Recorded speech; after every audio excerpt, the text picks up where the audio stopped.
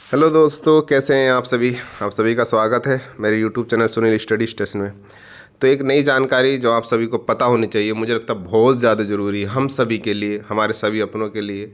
जो भी इस वीडियो को सुने वो अपने सभी मित्रों को, दोस्तों को, परिवार वालों को, सभी को बताओ। ये बहुत ज़्यादा ज़रूरी जानकारी है, क्योंकि जब से ये कोरोना आया है हम लोग डिजिटल की तरफ बहुत तेज़ी से बढ़े हैं। उससे पहले भी रहे थे, लेकिन जैसे ही कोरोना ने हमको मजबूर किया फिज़िकली एक्टिविटी करने में, तो हम लोग मतलब डिजिटल भारत की तरफ बढ़े गए और डिजिटली सारे काम करने लगे। और इसी के साथ साथ फिर फ्रॉड भी बहुत तरीके के होने लगे। हर रोज़ मुझे लगता है किसी न किसी के पास कोई ना कोई फ़ोन आता ही रहता होगा, कोई ना कोई मैसेज आता होगा, आप इस लिंक पे क्लिक करो, है ना, और इस पे ये आ जाएगा, इस पे क्लिक करो, इतने पैसे हो जाएंगे। फिर फ़ोन आते हैं आपके पास, हम उस बैंक से बोल रहे हैं, आपके अकाउंट में ये वो बहुत सारी चीज़ें, व्हाट्सअप वीडियो कॉल आ रही हैं, बहुत फ्रॉड हो रहा है।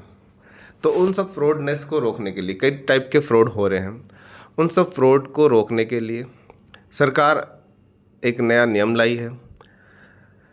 तो उस नियम का हम सबको पता होना चाहिए, जिससे हम बहुत सारे फ्रॉड से हम बच सकें, हमारे साथ कोई चीटिंग ना हो जाए, उससे हम बच सकें। चलिए क्या है, फटाफट जल्दी मैं अपने पॉइंट पे आता हूँ। जो नया सिम कार्ड रूल है, ये 1 अक्टूबर 2023 से लागू हो जाएगा। ठीक है, 1 अक्टूबर 2023 से ये लागू हो जाएगा। क्या हो गया इसमें? ठीक है, देखो 1 अक्टूबर 2023 से ये लागू हो जाएगा। क्या है ये बता देता हूँ। सरकार ने एक पोर्टल लॉन्च किया, संचार साथी पोर्टल, जो कि 2-3 महीना पहले लॉन्च किया है। उसके बाद उन्होंने उसके रिजल्ट बहुत अच्छे हैं। उसने लगभग 1.5 करोड़ ऐसे सिम कार्ड आइडेंटिफाई कर लिए जो फ्रॉड थे। ठीक है, बहुत सारे व्हाट्सअप अकाउंट जो फ्रॉड तरीके से अभी भी पुराने नंबरों पे चल रहे थे और उनका मिसयूज़ किया जाता, वो भी उसने आइडेंटिफाई किए हैं। तो उन सबको वो ब्लॉक करने के उस पर चल रहा है। बाकी अभी जो फ़िलहाल हम लोगों के लिए है, ज़रूरी है, वो क्या है, अभी इसका उद्देश्य क्या आते हैं, मतलब इसको किस उद्देश्य से लाया गया है। देखो, इसके उद्देश्य हैं बैंकिंग फ्रॉड को रोकना। बैंकिंग फ्रॉड कैसे रोकेंगे?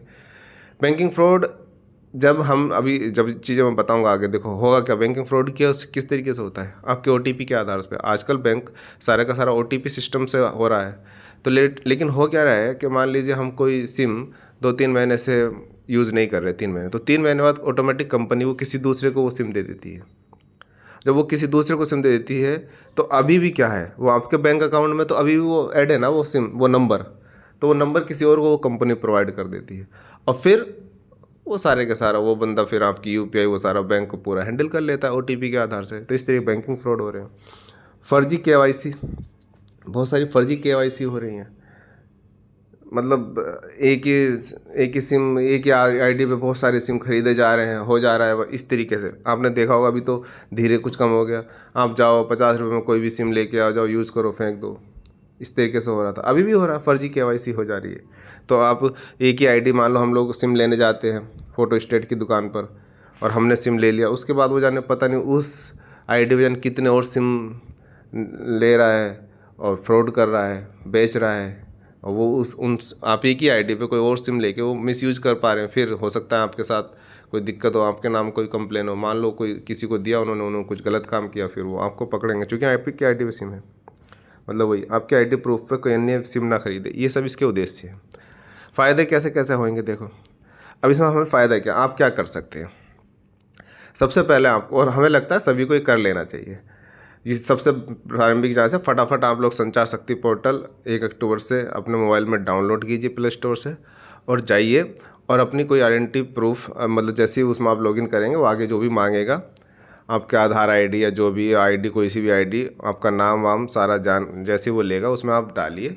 और डाल के क्या करिए, आप चेक कर सकते हैं कि आपकी उस आईडी पर, आपके नाम पर कितने सिम हैं, कितने सिम चल रहे हैं। ऐसा तो नहीं कि जो सिम आपने ले रखा है इसके अलावा भी कोई 10 और सिम चल रहे हैं, और वो चल रहे हैं तो समझिए आपके साथ कभी भी फ्रॉड हो सकता है। तो आप उन्हें क्या कर सकते हो, इसमें सबसे बड़ी सुविधा ये है कि अगर ऐसा आप कुछ भी पा रहे हो तो आप वहीं पे उस ऐप के थ्रू ही आप उनको ब्लॉक करने की रिक्वेस्ट डाल सकते हो, तो वो सारे के सारे नंबर ब्लॉक हो सकते हैं। मतलब आपके साथ जो भी फ्रॉडगर्दी हो रही है आपकी आईडी के साथ, आपके मोबाइल के साथ, तो वो सब यहाँ पे पकड़ में आ सकते हैं और आप उसको क्लोज कर सकते हैं। तो आपको ये सबको करना ही है, ये जानकारी नहीं है। मैं तो कहता हूँ जैसे ही 1 अक्टूबर से ये लॉन्च हो जाएगी, मतलब आपको ये सारे रूल्स आ जाएंगे, तो आप इसको डाउनलोड करिए और ये काम करके देख लीजिए। अपनी आईडी डाल के देखिए, आधार आईडी, अपना नाम वाम, तो चेक करिए आपके नाम पे कितने सिम चल रहे हैं, और उतने ही चल रहे हैं जितने आपने ले रखे, देन ओके, ठीक। और अगर इससे ज़्यादा चल रहे हैं तो आप उन बाकी सभी नंबर को ब्लॉक कर दीजिए, वहीं ऐप के थ्रू ही वो सारी चीज़ें रिक्वेस्ट होकर ब्लॉक हो जाएंगी। आ गया ये। यहीं पे आप कंप्लेन भी करा सकते हैं, वहीं पे आप ऑनलाइन कंप्लेन कर देंगे, हाँ मेरे नाम पे ऐसे ऐसे सिम चल रहे हैं। अब एक और जो सबसे बड़ी समस्या हो रही है, क्योंकि एक रिपोर्ट आई थी, आपको एक आरटीआई से रिपोर्ट निकाली गई थी, प्रत्येक शहर में लगभग प्रत्येक दिन 134 फ़ोन चोरी हो रहे हैं। कितने? 134 फ़ोन। ये एक आरटीआई से रिपोर्ट आई है, 134 फ़ोन चोरी होते हैं। और जिसमें से कंप्लेन कौन कराता है? मेरा भी एक फ़ोन चोरी हुआ, मैं कंप्लेन ही नहीं करा पाया। अब से 1 डेढ़ साल पहले मेरा चोरी हुआ, मैंने क्या कंप्लेन करा? कोई कंप्लेन नहीं करे। पता कंप्लेन क्यों नहीं करा पा रहे हम, वो भी मैं बता दे रहा हूँ। अब आपको आगे से ध्यान भी रखना है। हम लोग कंप्लेन इसलिए नहीं करा पाते क्योंकि कंप्लेन भी जो हम कराने जाते हैं तो उसमें भी कुछ चीज़ें मांगी जाती है। आपके मोबाइल का IMEI नंबर मांगा जाता है। क्या मांगा जाता है? IMEI number. आपके मोबाइल आपने जब ख़रीदा है, उसकी कोई रसीद वसीद हो, उस पर सारा आता है, रसीद पे भी उसी पे सारा लिखा होता है IMEI नंबर। तो ये सब चीज़ें बहुत ज़रूरी होती है। अगर आपको कंप्लेन करें तो एटलीस्ट आपको IMEI नंबर पता होना चाहिए। तो ये हम लोग, कोई भी जब हम लोग मोबाइल ख़रीदते हैं, इन चीज़ों को सीरियसली लेते नहीं, और हम अभी कभी भी हम अपना IMEI नंबर नोट नहीं करते। आप जब भी कोई भी मोबाइल ख़रीदें, पुराना ख़रीदें, नया ख़रीदें, आप उसका IMEI नंबर कहीं पर भी अच्छे से लिख कर रख दीजिए। अगर आपका फ़ोन खोया जाता है तब भी ये आपको बेनिफिट करेगा। आप कोई नया फ़ोन खरीदने, मतलब पूरा, जैसा होता है ना, कई बार हम लोग, चलो यार महंगा फ़ोन नहीं खरीद रहे, हम कोई पुराना फ़ोन खरीद रहे हैं, तो पुराना फ़ोन खरीदते टाइम भी आपको IMEI नंबर की ज़रूरत है। देखो बताता हूँ कैसे। पहले तो ये चीज़ मैं बता रहा हूँ कि हाँ, मैं कंप्लेन क्यों नहीं कर पाया, क्योंकि मुझे IMEI नंबर ही नहीं पता था। अब मैं जब नंबर ही नहीं पता तो क्या कंप्लेन में लिखाना जाऊँगा? बस कंपनी का नाम, कैसा रेडमी का मोबाइल है या इसी का, इसका मोबाइल है, उसका मोबाइल, इससे नहीं हो। जब IMEI नंबर पता होता है तो हम कंप्लेन कर पाते हैं, और कंप्लेन कर पाते हैं तो वो ट्रेस किया जा सकता है। तो इसलिए 134 डेली फ़ोन चोरी हैं, लेकिन 3% ही उसमें से रजिस्टर्ड कर रहे हैं। दूसरा, एक अभी एक रिपोर्ट और थी, लगभग 600 कुछ, लगभग 80 के आसपास, एक बंदे ने 680 सिम फ्रॉड तरीके से ले रखे थे अपनी आईडी पे, ये वो करके, जो भी उसने, एक ही बंदे ने 680 सिम। अब वो सोचे कितना बड़ा फ्रॉड है। और बाकी इसके अलावा फिर जितने फ्रॉड सिम चल रहे हैं, इन सब के आधार पर कंपनी को भी नुकसान होता है। ये एक रिपोर्ट्स में आया था। अब देखो, अब आपको करना क्या है। आपकी, मैं एक जनरल वे में बता रहा हूँ, ये ठीक है सरकार जो कर रही करे, लेकिन हम सबको जो करना है और जो हमें पता होना चाहिए।